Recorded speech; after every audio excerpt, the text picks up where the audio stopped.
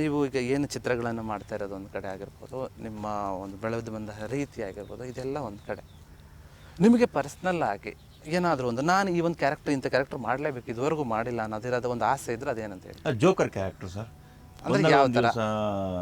ನನಗೆ dark night movie ನೋಡಿರ್ಬೋದು, Christopher ನೋಲನ್ದು. ಅದರಲ್ಲಿ ಜೋಕರ್ ಅಂತ ಕ್ಯಾರೆಕ್ಟರ್ ಬರುತ್ತೆ.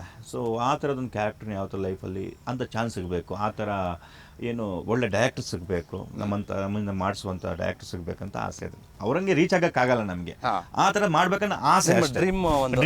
ಡ್ರೀಮ್ ಆ ಥರ ಮಾಡಬೇಕು. ಈಗ ನಂಗೆ ಇತ್ತೀಚೆಗೆ ಎಸ್ ಸೂರ್ಯ ತುಂಬ ಇಷ್ಟ ಆಗ್ತಿದ್ದಾರೆ. ಅವ್ರ ಕ್ಯಾರೆಕ್ಟರ್ ಮಾಡುವಂಥ ರೀತಿ, ಮನಾಡು ಆಗಿರ್ಬೋದು, ಆಮೇಲೆ ಇದು ಯಾವುದು ಭೈರವ ಅಂತ ಕ್ಯಾರೆಕ್ಟರ್ ಎಲ್ಲ ಮಾಡಿದ್ದಾರೆ, ತುಂಬ ಚೆನ್ನಾಗಿ ಮಾಡಿದ್ದಾರೆ. ಅವರೆಲ್ಲ ನಮ್ಮನ್ನು ಇನ್ಸ್ಪೈರ್ ಮಾಡ್ತಾನೆ ಇರ್ತಾರೆ, ಈ ಥರ ಕ್ಯಾರೆಕ್ಟರ್ ಮಾಡೋಣ, ಈ ಥರ ಬರ್ಬೇಕಂತ ಹೇಳ್ಬಿಟ್ಟು ಖುಷಿ ಆಗ್ತಾ ಇರುತ್ತೆ ನನಗೆ. ನೀವು ಒಂದು ಸಿನಿಮಾದಲ್ಲಿ ಶಿವಣ್ಣ ಜೊತೆ ಆ್ಯಕ್ಟ್ ಮಾಡ್ತಿರ್ತೀರಾ, ಅದನ್ನ ಶಿವಣ್ಣ ಜೊತೆ ಫಸ್ಟ್ ಟೈಮ್ ಅದು ಮಾಡ್ಬೇಕಾದ್ರೆ ಭಯ ಪಡ್ತೀರಾ, ಅವ್ರನ್ನ ತಳ್ಬೇಕು ಅದು ಅನ್ಬೇಕಂತ ಬಂದಾಗ ಶಿವಣ್ಣ ನಿಮ್ಗೆ ಹೇಳ್ತಾರೆ ಇಲ್ಲ ಆಯುಷ್ಮಾನ್ ಭವ. ಈಗ ನೋಡಿ ಹೆಂಗಿತ್ತು ಶಿವಣ್ಣ ಜೊತೆ? ತುಂಬಾ ಚೆನ್ನಾಗಿತ್ತು, ತುಂಬಾನೇ ಚೆನ್ನಾಗಿತ್ತು. ಏನಂತಂದ್ರೆ ಒಂದ್ ಕಡೆ ಪಿ ವಾಸು ಸರ್ ಅವರು ತುಂಬಾ ಸ್ಟ್ರಿಕ್ಟ್, ಸರಿನಾ. ಇನ್ನೊಂದ್ ಕಡೆ ಶಿವಣ್ಣ ಫಸ್ಟ್ ಟೈಮ್ ಮೀಟ್ ಮಾಡ್ತಿದ್ದೀನಿ ಶಿವಣ್ಣನ. ಅದು ಕೂಡ ಏನು ಸೀನ್, ನಮ್ಮ ಮನೆಯೊಳಗೆ ಬಂದ್ಬಿಟ್ಟು ಅವ್ರು ಬಂದು ಕೇಳ್ತಾರೆ ತಾವು ಯಾರ ಅಂತ ಹೇಳ್ಬಿಟ್ಟು, ಆವಾಗ ನನಗೆ ಅದು ಈಗೋ ಹರ್ಟ್ ಆಗ್ಬಿಡುತ್ತೆ. ನಾನು ಕಿರಿಸ್ತೀನಿ, ನಾನು ಯಾರು ಅಂತ ಕಿರಿಸ್ತೀನಿ. ಎಲ್ಲ ಮನೆಯವ್ರು ಎಲ್ಲ ಬಂದ ಮೇಲ್ಗಡೆಯಿಂದ ನೋಡ್ತಾ ಇರ್ತಾರೆ ಏನಾಯ್ತು ಅಂತ ಹೇಳ್ಬಿಟ್ಟು. ಆವಾಗ ಅದೊಂದು ಸೀನು ಫಸ್ಟ್ ಶಾರ್ಟ್ ಅವ್ರನ್ನ ಹಿಂಗೆ ತಳ್ಬೇಕು. ನಾನು ಹೆಂಗ್ ಸಾರ್ ತಳ್ಳಿ ಹತ್ರ ಹೇಳ್ಬಿಡ, ಅಣ್ಣ ಹಿಂಗಿದು ಸ್ಟಾರ್ಟಿಂಗ್ ನೀ ಮಾಡಮ್ಮ, ನೀ ಮಾಡು, ಅಯ್ಯೋ ನೀನು ಕ್ಯಾರೆಕ್ಟರ್ ಮಾಡ್ತಿದ್ದೆ, ಮಾಡು ಏನಿಲ್ಲ ಮಾಡು. ನಮ್ಮೆಲ್ಲ ದೂಡ್ದೆ ಅವ್ರನ್ನ ಹಂಗೆ ಮಾಡಬಾರ್ದು, ಕ್ಯಾರೆಕ್ಟರ್ ಮೋಸ ಮಾಡ್ತಿದ್ವಿ, ತಳ್ಳು ಏನಾಗಲ್ಲ ಅಂತ ಹೇಳ್ಬಿಟ್ಟು ಅವರೇ ಪುಷ್ ಮಾಡಿದ್ರು. ಇಷ್ಟು ಪ್ರೆಷರ್ ಹಾಕಂತ ಹೇಳ್ಬಿಟ್ಟು ಒಳ್ಳೆ ಸಪೋರ್ಟಿವ್ ಆಗಿರ್ತಾರೆ. ಬಟ್ ಸೆಟಲ್ ಎಲ್ಲರೂ ಜೊತೆ ತುಂಬ ಚೆನ್ನಾಗಿ ಮಾತಾಡ್ತಾ ಇರ್ತಾರೆ. ಮತ್ತು ಅವ್ರು ಇರೋದೇ ಹಂಗೆ, ಏನು ತುಂಬ ಚುರುಕಾಗಿ ಎಲ್ಲರ ಹತ್ರ ಮಾತಾಡಿಕೊಂಡು ತುಂಬ ಧೈರ್ಯ ಕೊಟ್ಟರು. ಮತ್ತು ತುಂಬ ಅಪ್ರಿಷಿಯೇಟ್ ಕೂಡ ಮಾಡಿದ್ರು ಆ್ಯಕ್ಟಿಂಗ್ಗೆ, ವಾಯ್ಸ್ ಮಾಡಲೇಬೇಕಾಗುತ್ತಲ್ವಾ. ಈ ಖುಷಿ ಅಂದರೆ ಈಗ ಮತ್ತೆ ಅವ್ರ ಜೊತೆಗೆ ಕಾಂಬಿನೇಷನ್ ಮಾಡ್ತಾ ಇದ್ದೀನಿ ನಾನು. 666 ಇದು operation dream theatre, Hemanth Rao ಅವ್ರ ಜೊತೆಗೆ ಚೆನ್ನಾಗಿದೆ.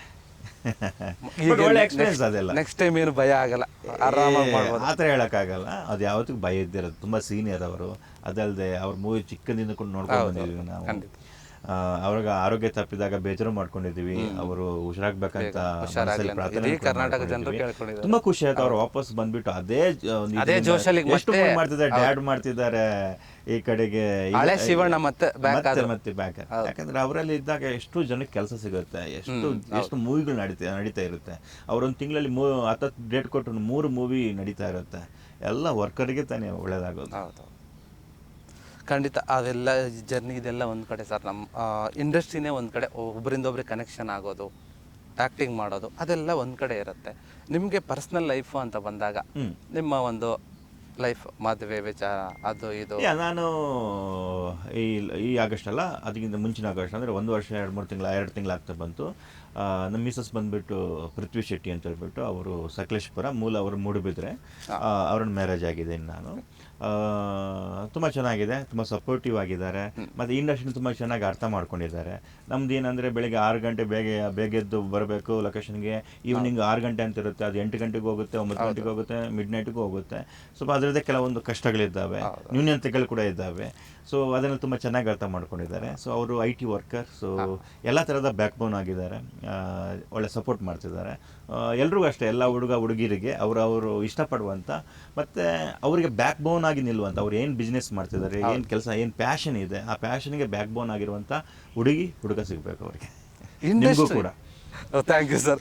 ಕ್ಷಣ ಕ್ಷಣದ ಸುದ್ದಿಗಳಿಗಾಗಿ ಫ್ರೀಡಂ ಟಿವಿ ಸಬ್ಸ್ಕ್ರೈಬ್ ಮಾಡಿ, ಲೈಕ್ ಮಾಡಿ ಹಾಗೂ ಫಾಲೋ ಮಾಡಿ. ಹೊಸ ಸುದ್ದಿಗಳ ನೋಟಿಫಿಕೇಶನ್ಗಾಗಿ ಬೆಲ್ ಐಕಾನ್ ಮೇಲೆ ಕ್ಲಿಕ್ ಮಾಡಿ.